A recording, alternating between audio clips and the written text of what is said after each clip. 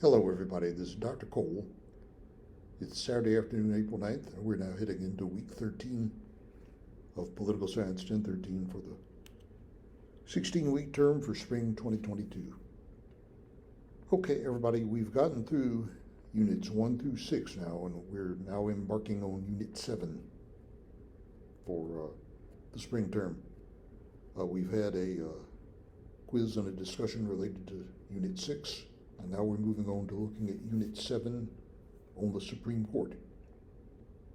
Everybody, right off the bat, we're going to be running a discussion number 7 this week, next week, Tuesday through Thursday, the 12th through the 14th.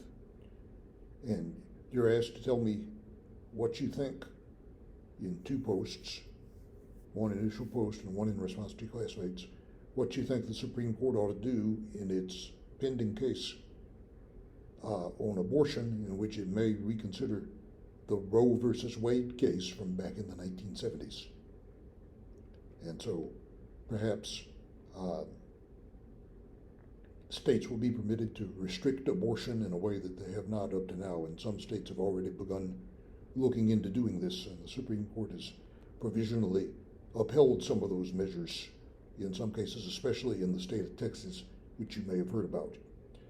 So in any case, we've given you a couple of opinion pieces to look at from a few months ago, and we asked you to tell us what you think the Supreme Court ought to do in the case that's already been argued back in December from the state of Mississippi, in which it's believed the Supreme Court will reconsider the case of Roe versus Wade involving abortion from back in 1973. So tell us what you think the Supreme Court ought to do. Give us an initial post and then respond at least to one of your classmates by Thursday of next week. The discussion will run Tuesday the 12th through Thursday the 14th. Okay. The decision is expected by June. The Supreme Court is finishing up its current term. The term generally runs October through June, and we're in April now, so we may be no more than 60 days or so away from a decision in that case in the state of Mississippi. So tell us what you think of that in the discussion next week. Then the following week, we're going to do Quiz 7 related to the Supreme Court. You've got 3 pieces to look at, all related in one way or the other to the new Supreme Court justice who's just been confirmed, Ketanji Brown Jackson. That confirmation took place just within the past couple of days, late last week.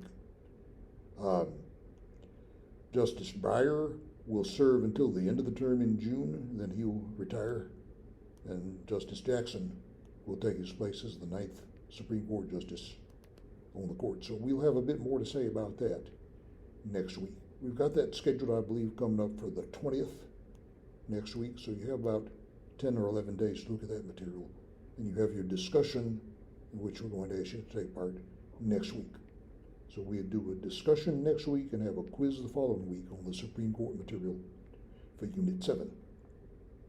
Now, everyone, as you look at the class notes and the material in your textbook, especially the class notes, what you have is we start out with just a brief discussion of the federal courts in general and the Supreme Court in particular, and we discuss how the Supreme Court goes about its business. Then we take a long look at what I call the politics of the Supreme Court, or the question of the Supreme Court as a political institution. And among the topics you'll see discussed here are the matter of what happens when a vacancy occurs and a new justice must be appointed and confirmed to the Supreme Court. And the process, according to the Constitution, is that the President makes a nomination and then the Senate decides whether or not to confirm that nomination. All right. Now this has become quite contentious. As a matter of fact, the confirmation hearings for Justice Jackson herself were quite contentious. You might have heard something about that in the media, or seen some of the confirmation hearings. Okay. We move on from there to discuss in general how the Supreme Court can be checked and balanced. Okay. We're supposed to have in our system checks and balances against all the branches of government. It turns out there are several ways in which the Supreme Court can be checked and balanced, all of which are fairly difficult to carry out. One way in which the court can be checked and balanced is to appoint justices with different views when vacancies occur. And President Trump did that.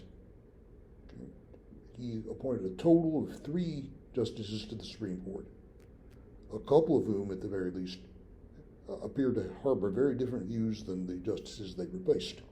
That may not be the case with Justice Jackson, because she is being appointed by President Biden, and she is replacing a justice who was appointed by another Democratic president, President Clinton, decades ago. So it's felt that she may not change the balance of the Supreme Court, because both before and after the addition of Justice Jackson, there will be 6 justices appointed by Republican presidents and 3 by Democratic presidents. So it may not change the balance of power on the Supreme Court all that much.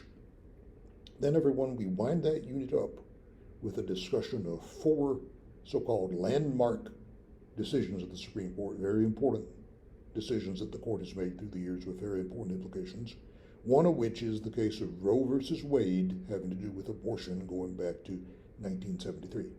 And of course, we'll have to wait and see what the Supreme Court does about that in its upcoming decision of a case that comes to it from the state of Mississippi. All right, so we'll be on the Supreme Court for a week or 2. We'll have our discussion next week and a quiz the week after that, and we'll say a bit more to you about the quiz material perhaps when we speak to you about a week from now at this time. So take a look at that material for the discussion and your class notes for Unit 7. And please hope you'll take part in the discussion, and we'll talk to you once again in a week or so. Take it easy.